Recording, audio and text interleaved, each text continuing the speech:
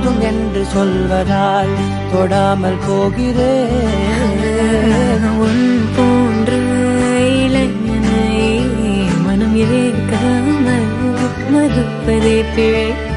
கண்டேன் உன் அலாதி தூய்மையை என் கண் பார்த்து பேசும்